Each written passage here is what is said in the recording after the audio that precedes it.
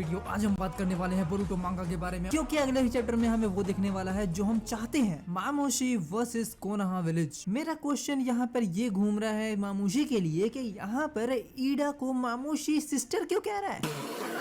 ये बात मुझे हजम नहीं हुई, क्योंकि एक ऐसा बंदा जो इतना बड़ा ठरकी है जिसने लास्ट चैप्टर के अंदर ही ये दिखाया था कि वो गर्ल्स मैगजीन पढ़ता है, बट यहाँ वो इतनी रिस्पेक्ट क्यों दे रहा है। मेरा क्वेश्चन ये है, मतलब ईडा उसकी बहन तो नहीं लगती है, मुझे लग रहा है कि ये मतलब डबिंग में कोई प्रॉब्लम है। पूछता है भारत। यहाँ मामोशी अपने आप को कितना ज्यादा स्प्लिट कर सकता है वो मामोशी के ऊपर है, लेकिन सबसे बड़ी बात यहाँ पे ये है कि वो जितना ज्यादा अपने आप को स्प्लिट करता जाएगा उतना ही ज्यादा वो डेंजरस बनता जाएगा। अभी जो हमें रिसेंट नंबर दिखाया गया है वो as usual maximum 7 number of copies हैं जो मामोशी के हैं, जो फर्स्ट टाइम में काशिन कोजी ने हमें दिखाया था। एंड इनका टारगेट 20 से 30 तक का है कि यहाँ तक हमें मामोशी के नंबर को रखना है, इससे आगे नहीं बढ़ने देना है, वरना ये मामला खतरनाक होता जाएगा। एट दिस टाइम जब सभी के सभी मामोशी के कॉपीज से फाइट करेंगे तो उस टाइम पर सभी तो फाइट कर रहे हैं, लेकिन जूरा उस वक्त क्या करेगा। मेरा मतलब ये है जूरा अपने ससुराल के अंदर करेगा क्या शिकमारू उसकी खातिरदारी करेगा। ये बिक गई है गवर्नमेंट,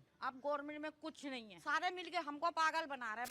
ये सच्ची बात तो है कि जूरा कोनोहा विलेज के अंदर फाइट नहीं करने वाला है, भले उसकी फाइट हिमावारी के साथ हुई हो या फिर बोरुतो एंड कावाकी के साथ, वो सारी की सारी फाइट कोनोहा से बाहर हुई है, सो उसका इंटरफेरेंस तो पक्का नहीं होगा। बट एक बंदे का इंटरफेरेंस यहाँ पर हो सकता है और वो है हिदारी। हिदारी को सारडा से मतलब है और इसी बीच के अंदर हमें 2 सीन यूज की बदले की आग निकलती हुई देखनी पड़ सकती है। बट इन सब चीजों में अगर ये दोनों के दोनों खत्म हो जाते हैं, सपोज करो इन दोनों को हरा दिया गया, हिदारी एंड मामोशी को, जूरा का फोर्स पूरा का पूरा खत्म हो जाएगा और इसके पास क्लॉक रिम्स है या फिर नहीं है ये अभी डाउट में है मुझे, क्योंकि टेंटेल खुद जूरा है। जूरा को क्लॉक रिम्स को बनाते हुए देखा नहीं अब तक। सेकंड चैप्टर के अंदर बहुत सारे क्लॉक रिम्स खत्म हुए थे एंड वो वापसी भी चले गए थे। यहाँ कुछ चैप्टर तक तो वो दिखे लेकिन उसके बाद वो गायब हो गए। क्या यहाँ जूरा के पास कोई बैकअप प्लान है या फिर वो सीधा सीधा इन दोनों के मरने के बाद ही कोनोहा विलेज पे ही अटैक कर देगा। भले जूरा को ये चीज पसंद नहीं है कि वो कोनोहा विलेज पे अटैक करे, लेकिन डिवाइन ट्री को भी तो ग्रो करना है आगे। दैट्स व्हाई इसकी पॉसिबिलिटी बहुत ज्यादा बन रही है। एंड जूरा के पास अब ये 2 ही लोग हैं जो ये काम कर सकते हैं, इसके बाद और कोई नहीं है। एंड जब से जूरा ने कोड का हाथ काटा है तब से वो कहाँ है ये किसी को नहीं पता। पहली बात तो इसके कैरेक्टर में कुछ डेवलपमेंट लाने की जरूरत है, क्योंकि मैंने माना कि अगर कोड एज अ विलन बहुत ही बुरा है तो इसे एज अ हीरो ही लेके आ जाओ, क्योंकि अब अगर ईडा के ऊपर बहुत ही बड़ा खतरा आया है जो है मामोशी, क्योंकि इस टाइम पर इसका टारगेट बहुत ज्यादा बड़ा है जो है ईडा, क्योंकि ईडा का कनेक्शन सीधा सीधा कोड से मिलता है, क्योंकि कोड वो है जो ईडा से वन साइडेड लव करता है। सो अगर ईडा पे कोई भी खतरा आएगा तो उसे बचाएगा कोड पक्का ही। मान लिया मामोशी ने 20-30 से ज्यादा अपने आप को स्प्लिट कर लिया और सभी पे कंट्रोल कर लिया एंड मामोशी को रोकना मुश्किल भी हो गया, डायमंड भी यहाँ पर कुछ नहीं कर पाया, तो ईडा को बचाना बहुत ज्यादा मुश्किल हो जाएगा। क्योंकि जहाँ तक ईडा के बारे में हमें दिखाया गया है वो किसी बैटल के लिए नहीं बनी है, कोई छोटे मोटे बैटल के लिए बनी है, इतनी बड़ी नहीं है कि वो 1-on-1 बैटल कर सके, वो हमेशा ही डायमंड को आगे करती है।